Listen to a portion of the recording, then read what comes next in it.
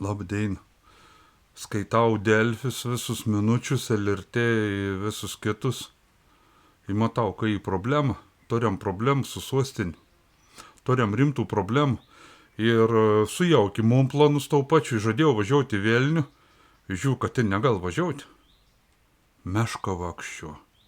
Aplink Vilnių visur, tarp gyvenamųjų namų, rajonus gyvenamusius, tarp daugiabučių meška vakščių.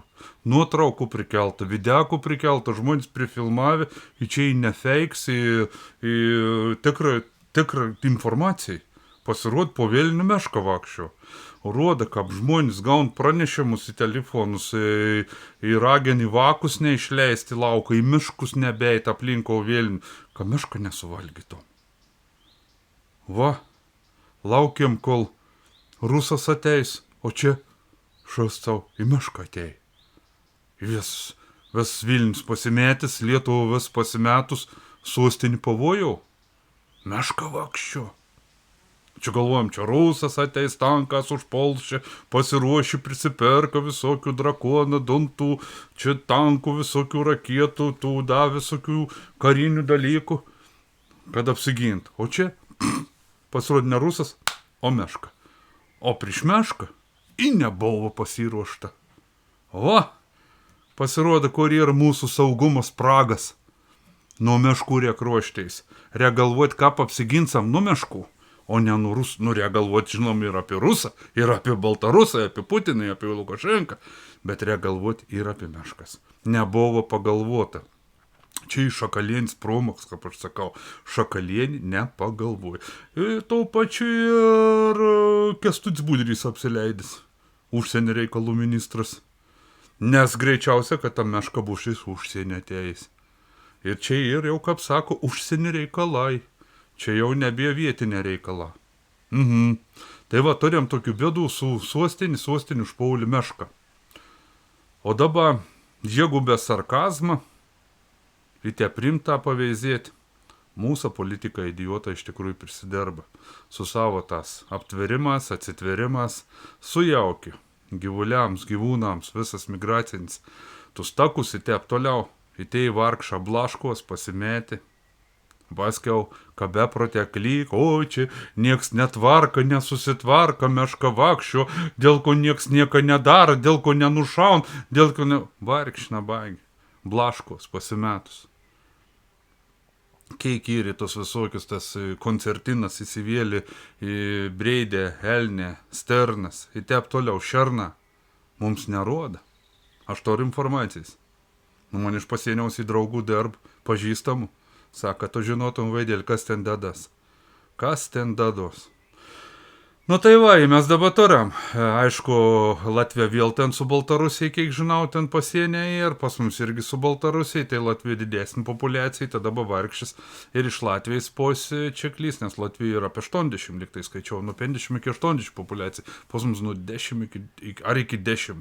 Nenoriu klys, bet vien žodžiu keli senos tai yra, ne?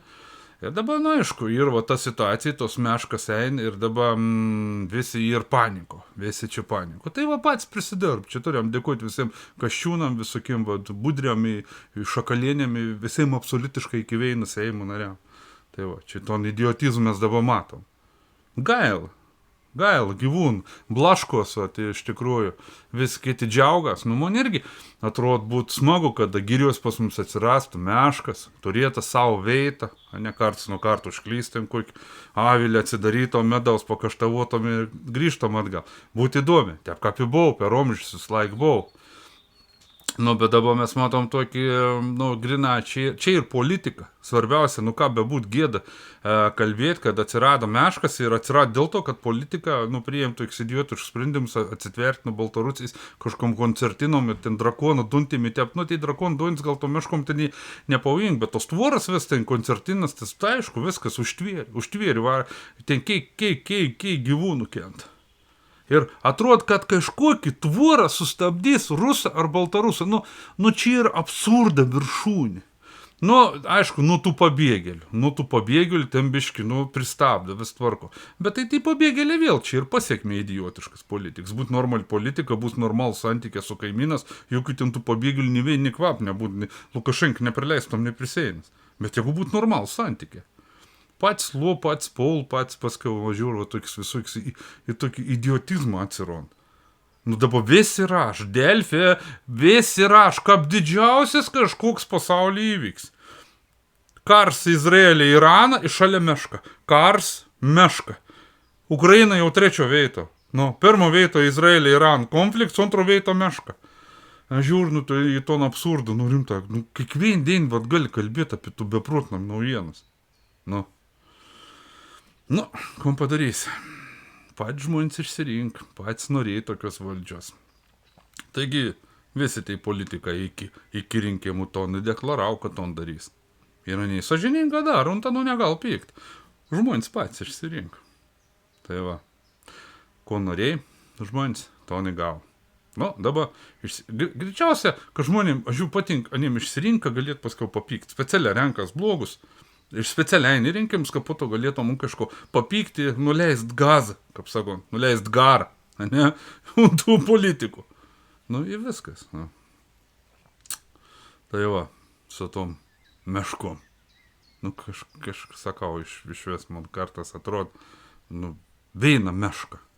Meška, vakščiai vis. O kon daryti, jeigu taip sąžininga, o kon sona daryti iš tikrųjų, o kon daryti? Parodyti super, per kur gal pralysta, kur nueiti? Nu ne.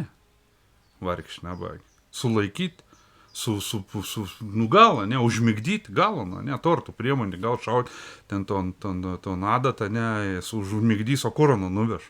Vėl kažkokį, gal kokį zoologijai sodą. Vėl, nu, yra atsiras daugiau. Kuo daugiau apsitvers, kuo daugiau va, to idiotizmo bus, tuo daugiau bus pasiklydus. Mes matom, kiek tų breidžių visokių va, po miestus vakščio po Vilnių atsiradė. Nu. Tai breidė, da, nu, žalos, nu, mažiau grėsmės, ne? Ir iš tikrųjų, tą mešką pasimetus ir segundus daug ko negal pridaryti. Dabar Vilniaus gyventojai aplink negal vaguliais, tikėjim ir meškas eiti. Nu, irgi iš vienos pos gera.